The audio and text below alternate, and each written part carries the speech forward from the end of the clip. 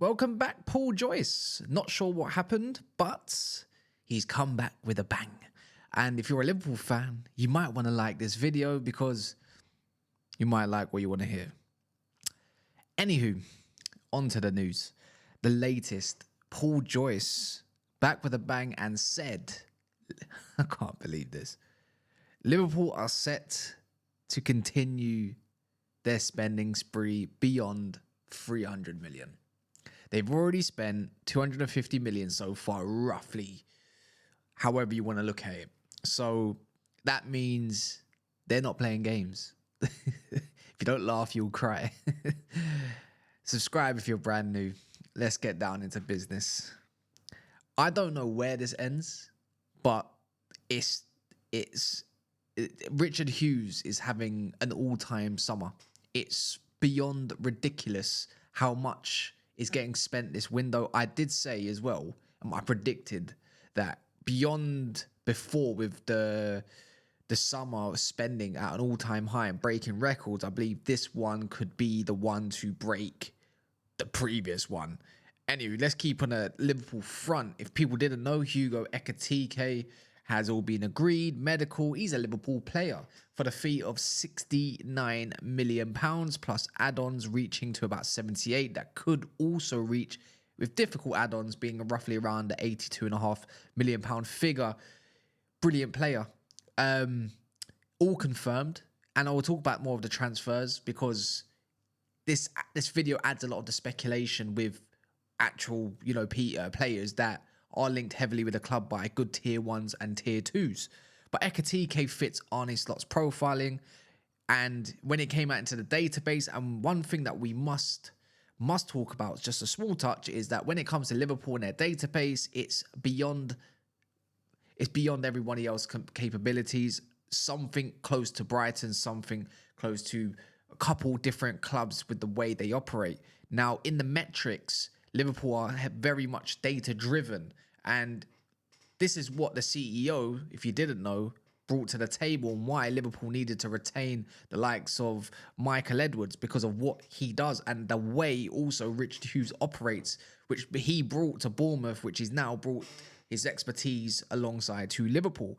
Hugo Ekitike, and this is in The Athletic, and I quote as well for what they said, Arne Slot spelled out exactly where he saw Ekitike fitting in at Anfield as a dynamic number 9 capable of bursting in behind but also dropping deeper and linking play when needed. I don't really need to tell you all the details of how he plays. I'm pretty sure that you all know the deal right now. It says that Liverpool retain an interest in Alexander Isak. This is Paul Joyce, by the way. This is not a joke. But the St. James's Park, they basically saying yada, yada, yada, he's not for sale until further notice and any further developments.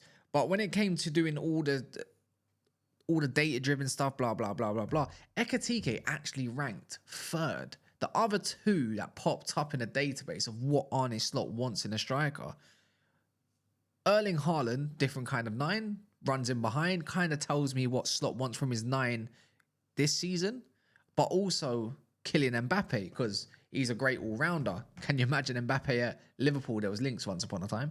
Love.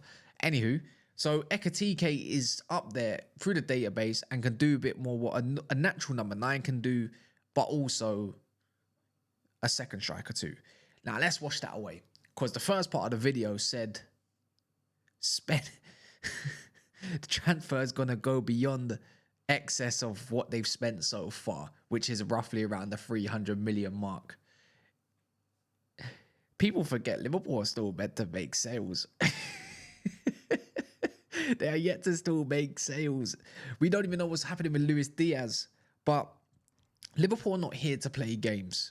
It's as simple as that. Going into next season, I believe they want to fight on all fronts and maybe create their own history, let alone just history in general. Go for all cups as much as possible. Of course, bringing in a few more players, they got to adapt quite well.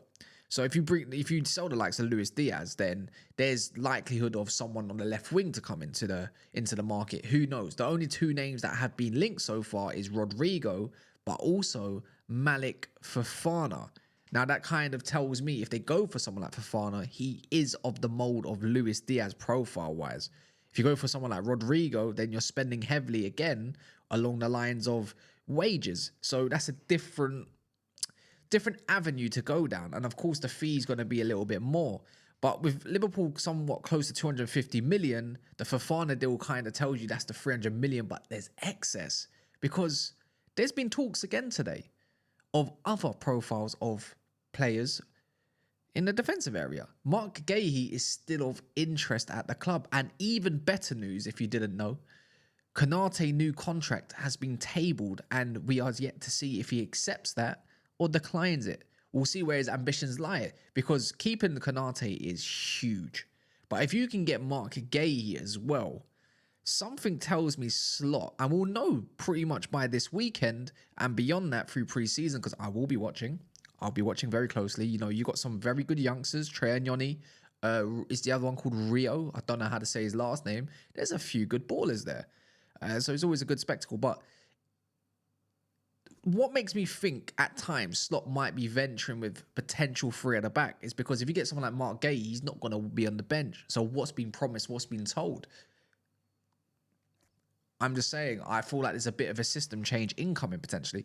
Anywho, not just Mark Gahey, it's beyond that yet again. There's more talks, of course, of more wingers, but of course, the striker, the main one everyone wants to know is Alexander Isak.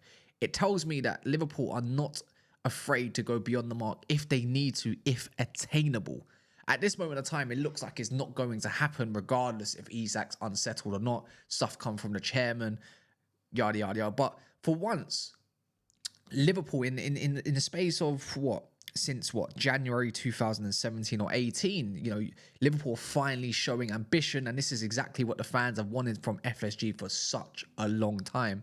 In my lifetime, I've never seen Liverpool even remotely get past the 250, 300 million mark. So they're really here to make a statement. Now, I don't think Liverpool fans would care if they don't have a huge window next summer because they've done everything now. I believe Michael Edwards and Richard Hughes, and of course everyone upstairs, has had a discussion saying the market is where it is right now.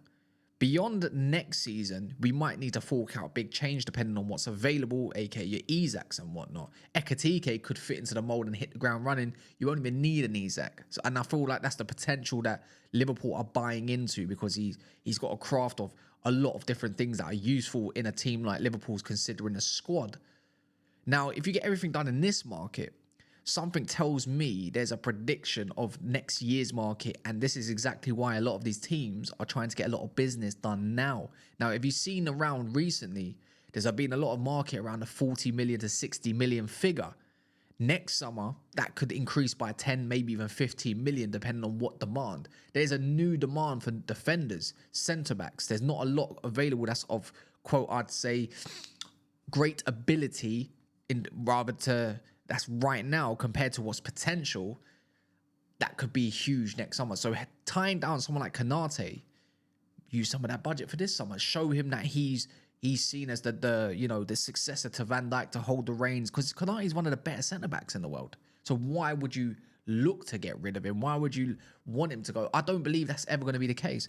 I feel like Konate, for me, and this is just again opinionated, he just wants to feel wanted and appreciated compared to his compatriots who are getting new deals, higher wages, bonuses, whatever, yada, yada, yada. Because if you're fighting on the front, you can't say that I don't feel that Liverpool are not showing ambition.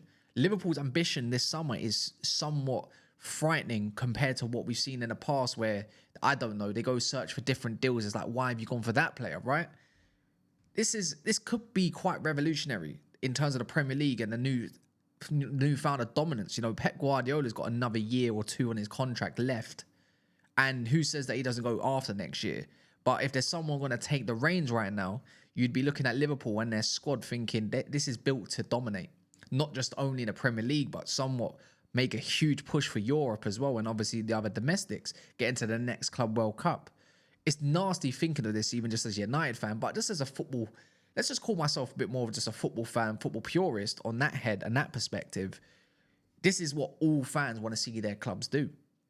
And it's been a long time coming. So with everything that's confirmed, we'll see what happens, but business is not done yet. This is massive. And I hope you lot all crash and burn. And I hope Verts flops. And I hope all these new players come in and take time to adapt. Because I ain't got time. All I've got is pain. Anywho, smash the likes, subscribe. Let's see who the next target is going to be. I feel like there's a target in here that we don't exactly know. I feel like there's going to be a surprise target pop up soon. Does anyone else get that feeling?